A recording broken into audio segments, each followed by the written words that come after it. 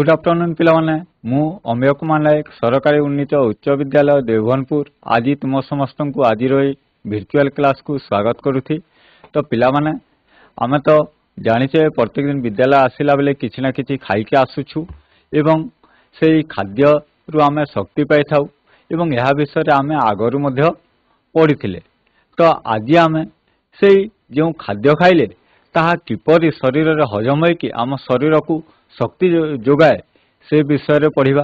एथिपाई आम शरीर रे मुख्यतः खाइबा थारु बलक अदरकारी खाद्य बाहर पर्यंत गोटे विभाग रही एवं ए विभाग को आमर परिपाक विभाग कहुए। तो आज आम यही परिपाक विभाग विषय रे जानिबा। ताहले पिलामाने चलो आउ देरी नकरी आमे स्मार्ट बोर्ड पाखक जीवा। तो पिलामाने आमे स्क्रीन रे गोटे मनुष्यर चित्र देखि पारुछे। चित्र रे आम मुख ठारू विभिन्न प्रकार नली आमे देखि पारुछे एवं सेही नली आम मलद्वार रे शेष होइछि। तो ये मुख ठारू मलद्वार पर्यंत संपूर्ण जो खाद्य आमे ग्रहण कले एवं जो अदर खाद्य बाहर को शरीर रू बाहरी गला से संपूर्ण नली पर्यंत समग्र अंश को परिपाक विभाग बोली के कहा जाए। तो आमे खाद्य किपरि खाई थाउ ना आमे पाटी बाटे आम शरीर खाद्य ग्रहण करथाय। हजम होला परे अदरकारी खदड़ा अंश को मूल रूपे मलद्वार बाटे बाहर को बाहरी जाए। तेणु आमे जानी परिबा जे पाटी ठारू आरंभ होई मलद्वार पर्यंत एक लंबा नली रही जहाँकि आमे चित्र रे मध्य देखि पारिछे। एही नली को खाद्य नली कहा जाए एवं खाद्य नली जो आमे खाद्य ग्रहण कले ताहा हजम होला परे तहिरु दरकारी अंश गुड़ी को आम शरीर शोषण करके नहीं जाए एवं जो अदरकारी अंश रहे से अदरकारी अंश गुड़िक तार रंग गंध बदली जाए ताहा आम शरीर मलद्वार बाट बाहर को बाहरी जाए। यही जो आम संपूर्ण खाद्य जो अदल बदल खाद्य हजम है यही संपूर्ण प्रक्रिया को परिपाक क्रिया बोली के कहा जाए।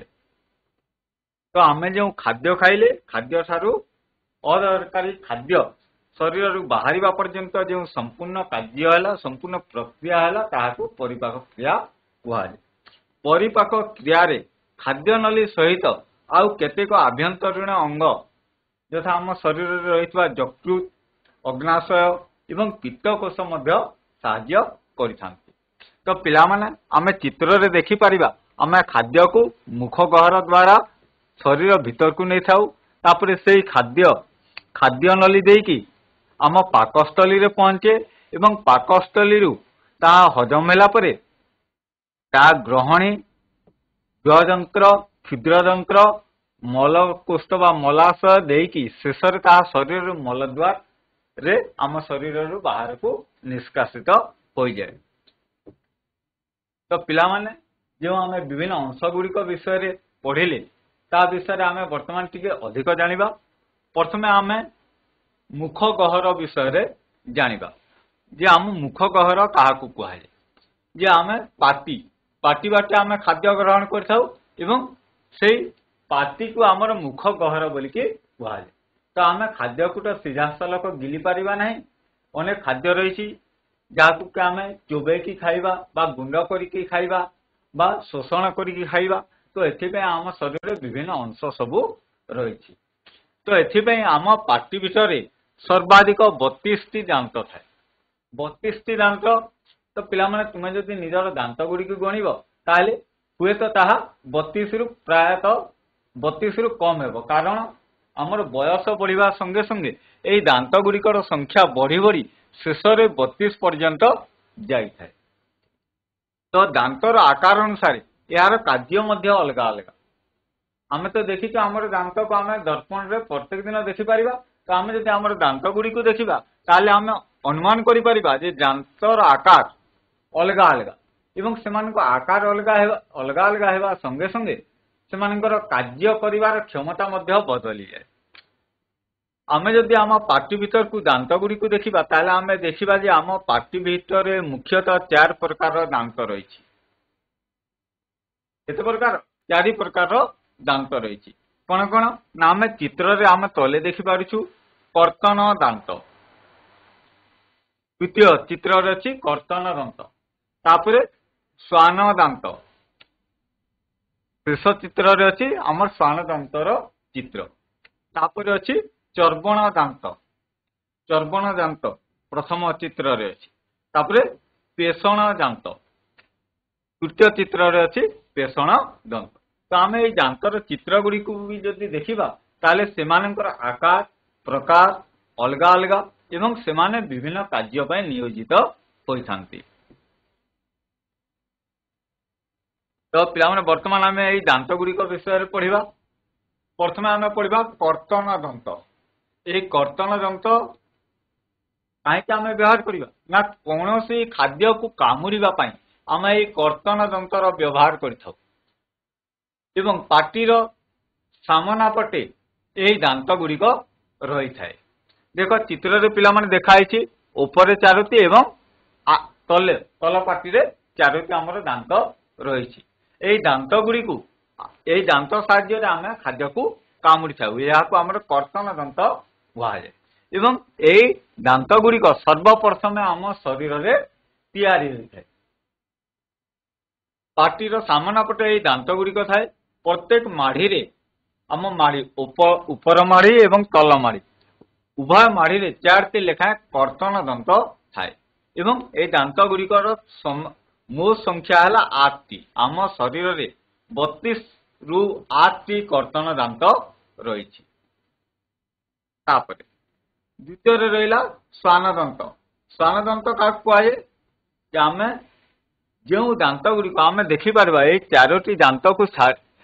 ଚାରୋଟି ଦାନ୍ତର ଉଭୟ ପାର୍ଶ୍ୱରେ ଉପର ମାଢିରେ ଏବଂ ତଳ ମାଢିରେ ଗୋଟାଏ ଲେଖାଏଁ ଦାନ୍ତ କିଛି ପରିମାଣରେ ମୁନିଆ ମୁନିଆ ଦେଖାଯାଉଛି। এই ଯେଉଁ ମୁନିଆ ମୁନିଆ ଦାନ୍ତ ଦେଖାଯାଉଛି ଏହାକୁ ଶ୍ୱାନ ଦନ୍ତ ବୋଲିକି କୁହାଯାଏ। ଏହି ଦାନ୍ତ ଆମକୁ ଖାଦ୍ୟକୁ ଟାଣିବା ପାଇଁ କାଟିବା ପାଇଁ ସାହାଯ୍ୟ କରିଥାଏ। ତାପରେ ତୃତୀୟରେ ହେଲା ଆମର ଚର୍ବଣ ଦନ୍ତ। ଚର୍ବଣ ଦନ୍ତ ଏହି ଚର୍ବଣ ଦନ୍ତ ଖାଦ୍ୟକୁ ଚୋବାଇବା ଏବଂ ଗୁଣ୍ଡ କରିବାରେ ସାହାଯ୍ୟ କରେ। ତ ପିଲାମାନେ ଆମେ ଉପର ଚିତ୍ରକୁ ଦେଖିଲେ ଆମେ ଦେଖିପାରିବା ଯେ ଆମର ଯେଉଁ ଶ୍ୱାନ ଦନ୍ତ ରହିଲା ସେଇ ଶ୍ୱାନ ଦନ୍ତକୁ ଲାଗିକି ଉପର ମାଢିରେ ଉଭୟ ପାର୍ଶ୍ୱରେ 2 2 4ଟି ଏବଂ ତଳ ମାଢିରେ ଉଭୟ ପାର୍ଶ୍ୱରେ 2 2 4ଟି ସର୍ବମୋଟ 8ଟି ଲେଖାଏଁ ଚର୍ବଣ ଦାନ୍ତ ରହିଛି। ଉପର ମାଢିରେ 4ଟି ଏବଂ ତଳ ମାଢିରେ 4ଟି। ଏହି ଚର୍ବଣ ଦନ୍ତ ଖାଦ୍ୟକୁ ଚୋବାଇବା ଗୁଣ୍ଡ କରିବାରେ ସାହାଯ୍ୟ କରିଥାଏ ଏବଂ ଉଭୟ ମାଢିରେ 4ଟି ଲେଖାଏଁ ଦାନ୍ତ ଥାଏ ଏବଂ ସର୍ବମୋଟ 8ଟି ଚର୍ବଣ ଦାନ୍ତ ରହିଛି। ତାପରେ ପେଷଣ ଦାନ୍ତ। ତ ଚିତ୍ରକୁ ଆମେ ଦେଖିବା ଯେ ଏଇ ଯେଉଁ ଆମର ଚର୍ବଣ ଦାନ୍ତ ରହିଲା ତାର ଆକୃତି ଠାରୁ ଆମର ଯେଉଁ ପେଷଣ ଦାନ୍ତ ରହିଲା ତାର ଆକୃତି ଟିକେ ବଡ଼ ଏବଂ ଏହି ଦାନ୍ତ ଉଭୟ ମାଢିରେ ସର୍ବଶେଷରେ ଉଭୟ କୋଣରେ ଉଭୟ କଡ଼ରେ ଶେଷରେ ରହିଥାଏ। ଏହା ଉପର ମାଢିରେ ଉଭୟ ପାର୍ଶ୍ୱରେ 3ଟି ଲେଖାଏଁ ଏବଂ ତଳ ମାଢିରେ ଉଭୟ ପାର୍ଶ୍ୱରେ 3ଟି ଲେଖାଏଁ ରହିଥାଏ ଏବଂ ଏହି ଯେଉଁ ଆମର ପେଷଣ ଦାନ୍ତ ରହିଲା ଏହି ପେଷଣ ଦାନ୍ତ ଖାଦ୍ୟକୁ ଗୁଣ୍ଡ କରିବା ଟାଣିବା ଚିରିବା ଏବଂ ଚୋବେଇବାରେ ସାହାଯ୍ୟ କରିଥାଏ।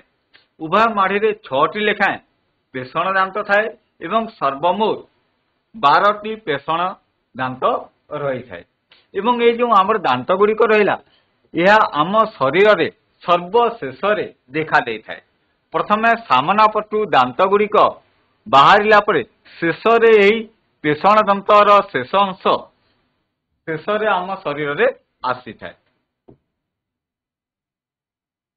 ତାପରେ ପିଲାମାନେ ଆମେ ଯେଉଁ ପ୍ରଥମେ ଚିତ୍ର ଦେଖିଲେ ସେଇ ଚିତ୍ରରେ ଆମେ ଦେଖିପାରିବା ଯେ 2ଟି ନଳୀ ରହିଛି। ଆମର ତଣ୍ଟି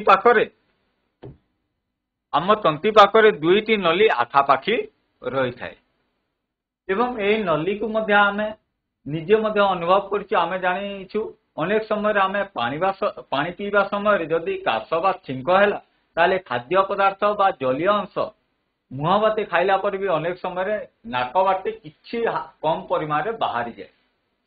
तो से दुईटी नली पाखकु पाख रही एवं पाकस्थली को जाइथिबा नली ए दुईटी नली मध्यरु गोटे नली पाकस्थली को जाइथाय एवं गोटे नली फुसफुस को जाइथाय। जो नली पाकस्थली को जाइथाय सेई नली को खाद्य नली कहा जाए एवं नाक बाटे जो नली बाहरी फुसफुस को जाइथाय ताहाकू श्वास नली बोली कि कहा जाए। एवं एई उभय नली मध्यरे गोटे परदाकृतिर घंटिका बाको आमर रही थाए जहाँकि वायु जीवा समय खाद्य नली को ग्लटिस बा घंटिका बंद करि थाए। सेपरि खाद्य जीवा समय से घंटिका पछ पार्श्व को फेरिकी श्वास नली को बंद कर दिए एवं खाद्य नली को खोली दिए। जदि कौनसी कारण आम खाइबा समय छिंक है बा अन्य कौनसी कारण ए घंटिका ठीक भाव में बंद हो पारे नहीं ताले आमको छिंक बा अन्य कौनसी जिनिस द्वारा आमर खाद्य बा तरल द्रव्य आमर नाक बाटे पाटी रे खाइला परे नाक बाटे मध्य अनेक समय बाहरी जाए एवं सेही समय ए ग्लटिस बा घंटिका ठीक भाव में कार्य करि न थाए। तापरे पिला माने आमे तो दांत विषय जानिले वर्तमान दांतर भीतर अंश रे जीभ रही एवं यही जीभ ए जीभर कार्य कौन आमर जो शरीर में 5टी इंद्रिय रही मध्यरु जीभ है गोटे इंद्रिय एवं जीभर मुख्य कार्य है स्वाद बारिबा। एई आमर जीभ नथिले आमे स्वाद जानी पारिबा नाही। तो मुख गहरर भीतर पटे जीभ थाए एवं जीभ तले अनेक गुड़िए लाल ग्रंथि थाए। यही ग्रंथि खाद्य रे थिबा श्वेतसार जातीय पदार्थ को हजम करिबारे सहाय्य करे एवं यह खाद्य को नरम कला परे ए खाद्य को आमे सहजरे गिली पारि थाउ। ता सहित कौन करे ना जीभ आमर जो खाद्य रही से खाद्य को उभय पार्श्व को ठेलिबारे बा टाणिकी आनिबारे खाद्य को एपट सेपट करिबारे सहाय्य करथाय एवं एई जीभ दांत पाख को खाद्य को लेकी दांत को खाद्य को गुंड करिबारे सहाय्य करे। जीभ जोगु आमे कथा कहि पारु। जीभर आ गुटे मुख्य कार्य है प्रथम कार्य है स्वाद बारिबा। तापरे आमे कथा कहिबारे मध्ये जीभ आमको सहाय्य करे एवं जीभरे केतेक स्वाद सुकुल थाए। तो आमे यदि आमर जीभ को छुई के देखिबा ताले यह अनेक गुड़िए बुंदी बुंदीबा अमसृण आमे जदि जीभ को देखिबा ताले आमे जीभरे देखि पारबा अनेक गुड़िए छोट बड़ लोम आकृतिर जिनिस रही एवं ए जिनिस गुड़ी को स्वाद मुकुल कहुए। यह खाद्यर स्वाद बारिबारे सहाय्य करे। तापरे पिला माने तुमे माने तो चित्र रे देखि पारिछ जे चित्र रे आम खाद्य नली विषय रे देखा जायछि। आमे मुहरे खाद्य खाइला परे से खाद्य एई खाद्य नली देकी पाकस्थली को जीवा वीडियो तुमे देखि पारिछ।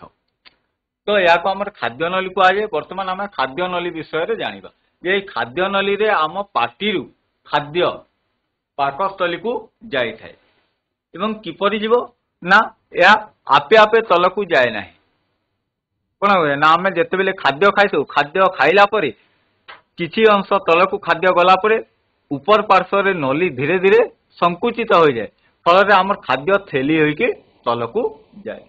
या को आमे ये मध्य जानी पारिबा जे गोटे व्यक्ति को जदि आमे उल्टा करके रखिदेबा बा सोईकी रखिदेबा ताहले मध्य से खाद्य खाइले से खाद्य तार पाकस्थली को बा पेट भीतर को ही जाई थाए।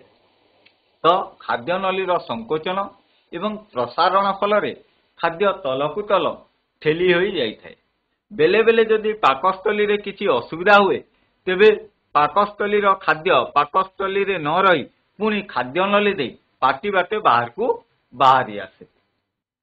तापरे खाद्य नली रे खाद्य गला परे या आम नली शेष अंश जो आम गोलाकार सिंह मंजी परी बड़ अंश देखुच यही पाकस्थली को खाद्य जाए खाद्य नली शेष अंश पाकस्थली को लगी पाकस्थली शेष अंश को ग्रहणी कहुए यही पाकस्थली शेष अंश को ग्रहणी कहुए एवं पाकस्थली को जदि आम बाहर देखा ताहले यह गोटे ब्याग बा मुणा आकृतिर जना पड़े परिपाक तंत्र सबुठारु ओसरिया अंश होउछि पाकस्थली आमे जो खाद्य खाई से खाद्य जो नली मध्य देकी जाए से नली मध्य पाकस्थली है सबुठारु बड़ अंश पाकस्थली भीतर आवरण रे थिबा विभिन्न ग्रंथि गुड़ी पाकस्थली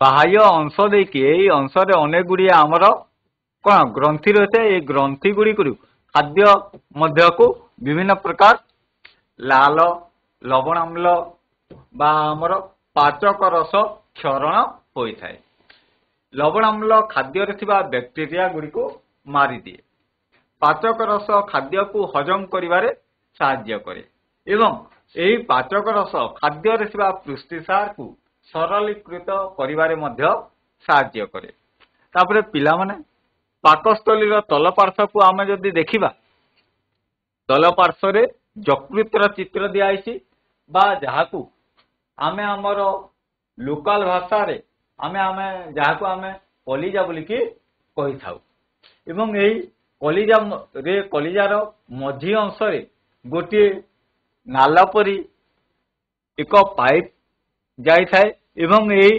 नली पाइप बा नली शेष अंश रे गोटे नील हलदिया आकृतिर गोटे मुणी थाए जहाँ आमे पित्तकोश बोलिकी कही थाउ एवं यही पित्तकोश रे गाढ़ माटिया रंगर एक पदार्थ रही थाए एवं जेतेबेले खाद्य पाकस्थली भीतर को जाए सेतेबेले यही पित्तकोश रु किछि रस क्षरण होइकी पाकस्थली को जाई है एवं खाद्य को हजम करिवारे साहाय्य करे एवं यही पित्तकोशर रंग यही पित्तकोशरे थिबा पित्त रसर रंग हलदिया बा गाढ़ धूसर रंगर होइथाए तेणु आम शरीर रे खाद्य हजम होला परे जो बलका खाद्य बाहरी जाए ताहा हलदिया देखा जाए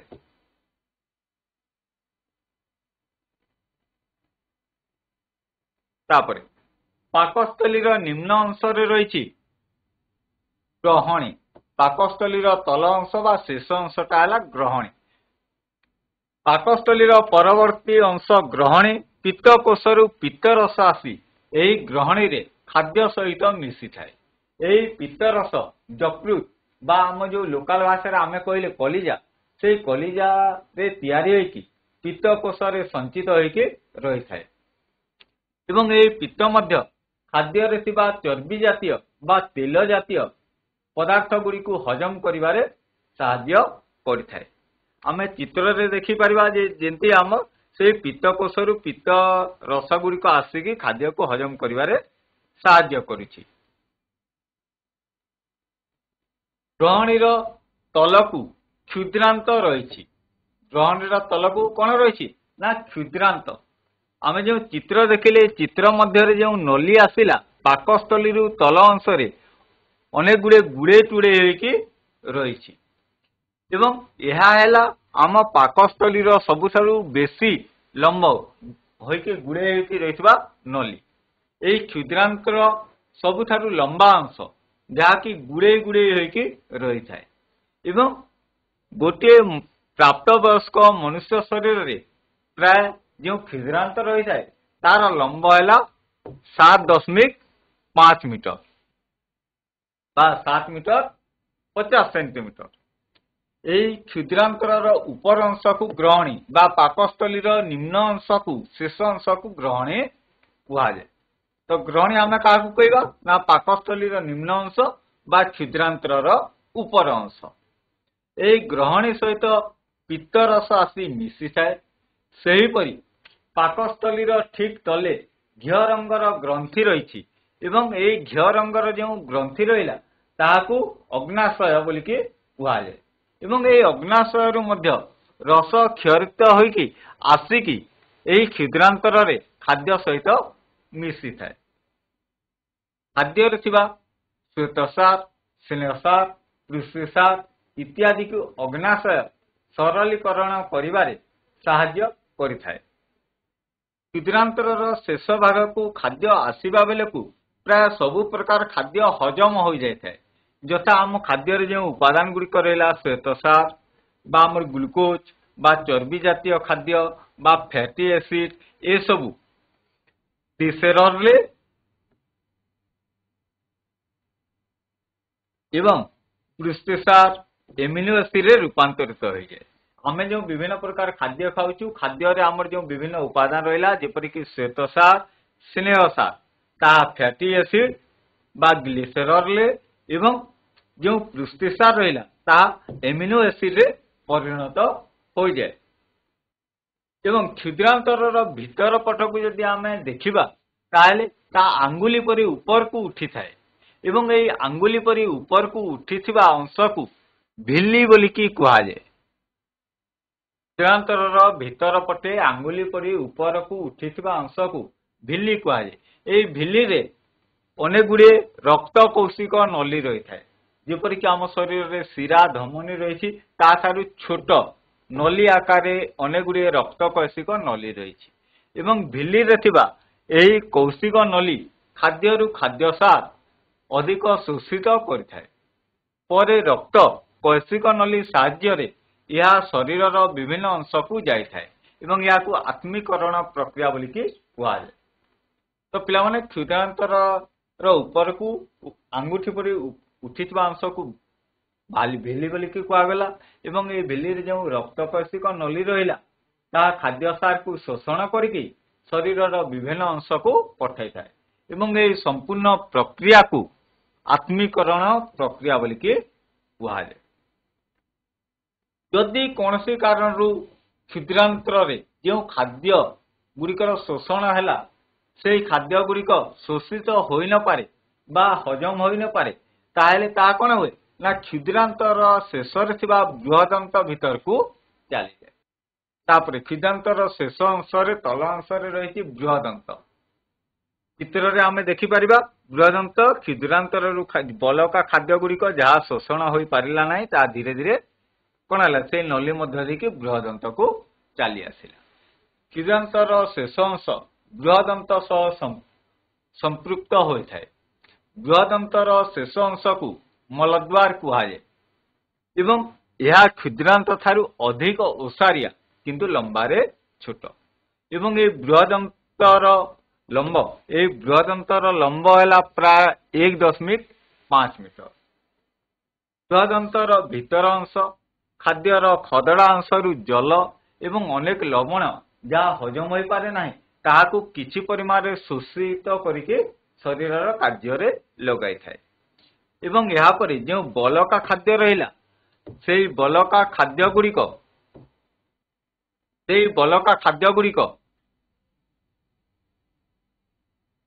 ଆମ ଶରୀରରେ ବୃହଦନ୍ତର ତଳରେ ଥିବା ମଳାଶୟରେ ଜମା ହୋଇକି ରହେ। ଯେଉଁ ଆମର ବଳକା ଖାଦ୍ୟ ରହିଲା ତାହା ମୁଖ୍ୟତଃ ଆମର ମଳାଶୟରେ ଜମା ହୋଇକି ରହେ। ଯେତେବେଳେ ମଳାଶୟ ଗୋଟେ ମୁଣି ଆକୃତିର ଜିନିଷ ଯେତେବେଳେ ଏହି ମଳାଶୟ ପୂର୍ଣ୍ଣ ହୋଇଯାଏ ସେତେବେଳେ ଖାଦ୍ୟ ଶରୀରକୁ ବାହାରକୁ ଯିବାକୁ ଚେଷ୍ଟା କରେ ଏବଂ ତାହା ଆମର ମଳଦ୍ୱାର ଦେଇକି ଶରୀର ବାହାରକୁ ବାହାରି ଯାଇଥାଏ। ତ ପିଲାମାନେ ଆଜି ତ ଆମେ ପରିପାକ କ୍ରିୟା ବିଷୟରେ ଅନେକ ଜାଣିଲେ। ଏହି ପରିପାକ କ୍ରିୟାରେ ମୁଖ୍ୟତଃ ଆମ ପାଟି ଠାରୁ ଆରମ୍ଭ କରିକି ମଳଦ୍ୱାର ପର୍ଯ୍ୟନ୍ତ ଯେଉଁ ନଳୀ ରହିଲା ଏହି ସମ୍ପୂର୍ଣ୍ଣ ନଳୀକୁ ଆମର ପରିପାକ ବିଭାଗ ବୋଲିକି କୁହାଯାଏ। ତ ପାଟିରେ ଆମର ଖାଦ୍ୟକୁ ଚୋବାଇବା ପାଇଁ କାମୁଡ଼ିବା ପାଇଁ ଛିଣ୍ଡେଇବା ପାଇଁ ପାଟିରେ ମୁଖ୍ୟତଃ କ'ଣ ରହିଥାଏ ଆମର ଦାନ୍ତ ରହିଥାଏ ଏବଂ ଏହି ଦାନ୍ତ ଗୁଡ଼ିକ 4 ପ୍ରକାର ଏବଂ ସେଇ ଦାନ୍ତ ଗୁଡ଼ିକର ବିଭିନ୍ନ ଆକୃତିର ହୋଇଥାନ୍ତି ଏବଂ ସେଗୁଡ଼ିକ ଖାଦ୍ୟକୁ ବିଭିନ୍ନ ଭାବରେ ସାହାଯ୍ୟ କରିଥାନ୍ତି। ଦାନ୍ତର ଭିତର ପଟରେ ଆମ ଜିଭ ରହିଛି ଏବଂ এই ଜିଭ ଖାଦ୍ୟକୁ ପାଟି ଭିତରେ ଗୋଟିଏ ପାର୍ଶ୍ୱରୁ ଅନ୍ୟ ପାର୍ଶ୍ୱକୁ ନେବାରେ କିମ୍ବା ଟାଣିକି ମୁହଁର ବିଭିନ୍ନ ପାର୍ଶ୍ୱରେ ପହଞ୍ଚାଇବାରେ ସାହାଯ୍ୟ କରିଥାଏ। ତାପରେ ଜିଭ ପରେ ଖାଦ୍ୟ କଣ ହୁଏ ନା ଆମର ପାକସ୍ଥଳୀ ଭିତରକୁ ଖାଦ୍ୟ ଚାଲିଯାଏ ଏବଂ এই ପାକସ୍ଥଳୀରେ କିଛି ପରିମାଣରେ ଏମିନୋ ଏସିଡ୍ ବା ପାଚକ ରସ ଖାଦ୍ୟରେ ମିଶିକି ଖାଦ୍ୟକୁ ସରଳୀକୃତ କରିକି ଖାଦ୍ୟକୁ ହଜମ କରିବାରେ ସାହାଯ୍ୟ କରିଥାନ୍ତି। ତାପରେ ପାକସ୍ଥଳୀର ଶେଷ ଅଂଶରେ ଥିବା ଗ୍ରହଣୀ ମଧ୍ୟରେ ପ୍ରବେଶ କରେ ଏବଂ ଗ୍ରହଣୀରୁ ବଳକା ଖାଦ୍ୟ ଗୁଡ଼ିକ କ୍ଷୁଦ୍ରାନ୍ତକୁ ଆସେ। କ୍ଷୁଦ୍ରାନ୍ତରେ ଆମେ ଯେଉଁ ବିଭିନ୍ନ ଉପାଦାନ ଶ୍ଵେତସାର, ଫେନସାର ବା ପୁଷ୍ଟିସାର ଯୁକ୍ତ ବିଭିନ୍ନ ଖାଦ୍ୟ ଖାଇଲେ ସେଇ ଖାଦ୍ୟ ଉପାଦାନ ଗୁଡ଼ିକରୁ ସେଗୁଡ଼ିକ ସରଳୀକୃତ ହେଇକି ଯେପରିକି ଆମେ ଜାଣିଲେ ଶ୍ଵେତସାର ଜାତୀୟ ଖାଦ୍ୟ ଗ୍ଲିସେରଲରେ ଏବଂ ପୁଷ୍ଟିସାର ଜାତୀୟ ଖାଦ୍ୟ ଏମିନୋ ଏସିଡରେ ରୂପାନ୍ତରିତ ହୋଇକି ବଳକା ଖାଦ୍ୟ ଗୁଡ଼ିକ କ୍ଷୁଦ୍ରାନ୍ତରର ଶେଷରେ ଥିବା ବୃହଦନ୍ତକୁ ଚାଲି ଆସେ ଏବଂ এই ବୃହଦନ୍ତର ଶେଷ ଅଂଶରେ ରହିଛି ମଲାଶୟ। ବୃହଦନ୍ତରେ କିଛି ପରିମାଣର ଖାଦ୍ୟରୁ ଜଳ ବା ଲବଣ ଶୋଷିତ ହେଲା ପରେ ଏହା ଶେଷରେ ସେଇ ନଳୀ ମଧ୍ୟ ଦେଇକି ବୃହଦନ୍ତର ଶେଷରେ ଥିବା ସେଇ ବଳକା ଖାଦ୍ୟ ଗୁଡ଼ିକ ମଲାଶୟରେ ଜମା ହୁଏ ଏବଂ এই ମଲାଶୟରେ ଖାଦ୍ୟ ଗୁଡ଼ିକ ଯେତେବେଳେ ପୂର୍ଣ୍ଣ ହୋଇଯାଏ ସେତେବେଳେ ତାହା ମଳଦ୍ୱାର ଦେଇକି ଶରୀର ବାହାରକୁ ବାହାରିଯାଏ। ତ ପିଲାମାନେ ଆଜି ତ ଆମେ ପରିପାକ କ୍ରିୟା ବିଷୟରେ ଅନେକ କିଛି ଜାଣିଲେ। ତ ବର୍ତ୍ତମାନ ଆମେ ଯାହା ପଢିଲେ ତାକୁ ନେଇକି କେତେ ଗୁଡ଼ିଏ ପ୍ରଶ୍ନ ମୁଁ ପଚାରିବି।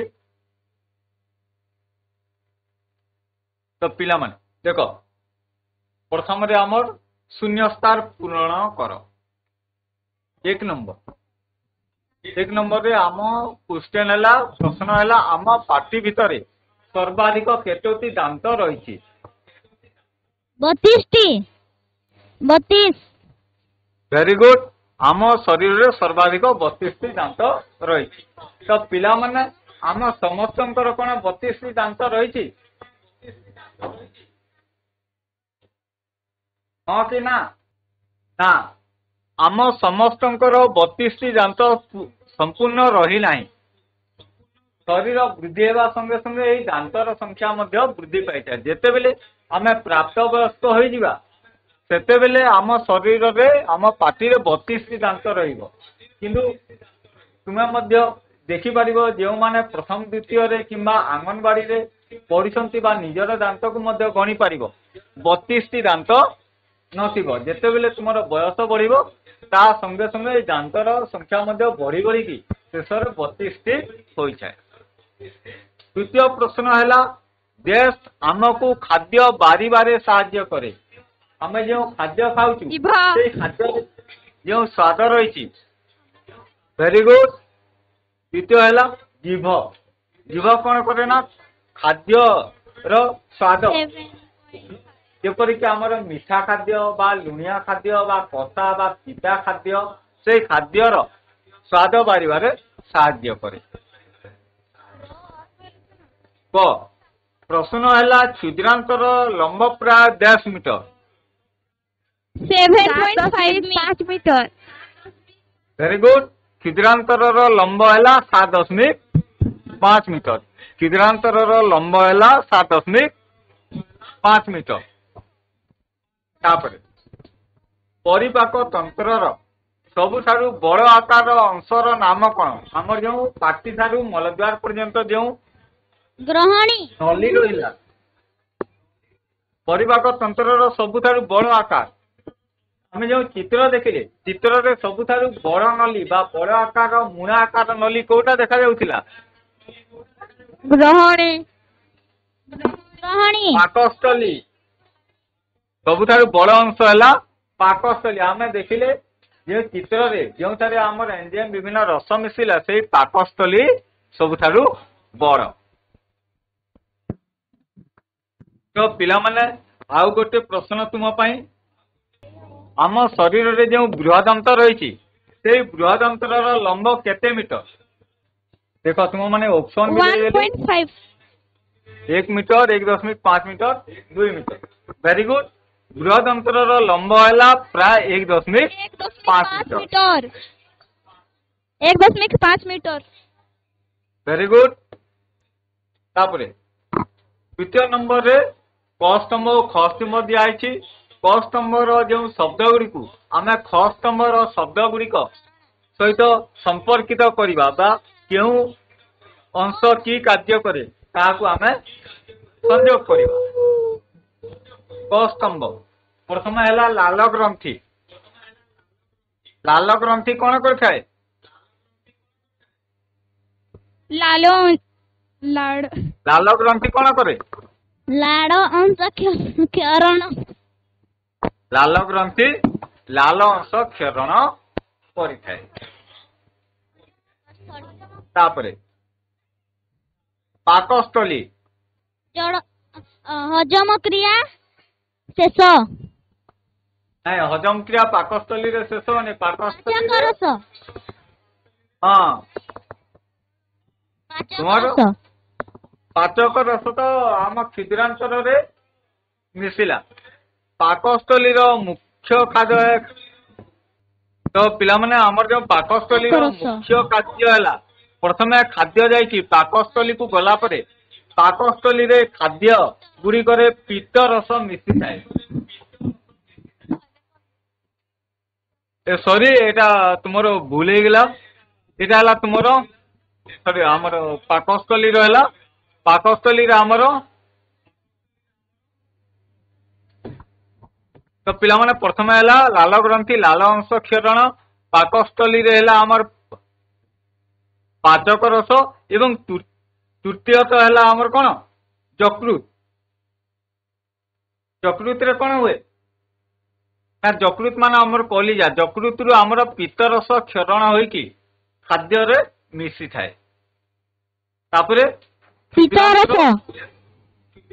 ହଁ ଭେରି ଗୁଡ। ଯକୃତରୁ ତାପରେ କ୍ଷୁଦ୍ରାନ୍ତରର କାର୍ଯ୍ୟ ହେଲା ଜଳ ଶୋଷଣ। ଶେଷରେ ତାପରେ ରହିଲା ବୃହଦନ୍ତ। ବୃହଦନ୍ତର ହଜମ କ୍ରିୟା ହଜମ କ୍ରିୟା ବୃହଦନ୍ତରେ ଆମର ହଜମ କ୍ରିୟା ଶେଷ ହୋଇଥାଏ। ତାପରେ ପିଲାମାନେ ଆଉ ଗୋଟିଏ ଅଂଶ ରହିଗଲା ଖଦଡ଼ା ଅଂଶ ନିଷ୍କାସନ। ଏହାକୁ ଆମେ କାହା ସହିତ ସଂଯୋଗ କରିପାରିବା? ଆମେ ଯେଉଁ ପରିପାକ କ୍ରିୟା ବିଷୟରେ ପଢିଲେ ତା ମଧ୍ୟରୁ ଏହି ଖଦଡ଼ା ଅଂଶ ନିଷ୍କାସନକୁ ଆମେ କାହା ସହିତ ସଂଯୋଗ କରିପାରିବା? ନା ଆମର ମଳଦ୍ୱାର ସହିତ ଏହାକୁ ଆମେ ସଂଯୋଗ କରିପାରିବା। ତ ପିଲାମାନେ ଆଜି ତ ଆମେ ଆମର ପରିପାକ ବିଷୟରେ ଅନେକ ଜାଣିଲେ। ବର୍ତ୍ତମାନ ତୁମ ପାଇଁ କିଛି ଗୃହ କାର୍ଯ୍ୟ ଦିଆହେଇଛି ଯାହାକୁ ଯାଇକି ତୁମେ ଘରେ କରିବା ପାଇଁ ଚେଷ୍ଟା କରିବ। ଧନ୍ୟବାଦ।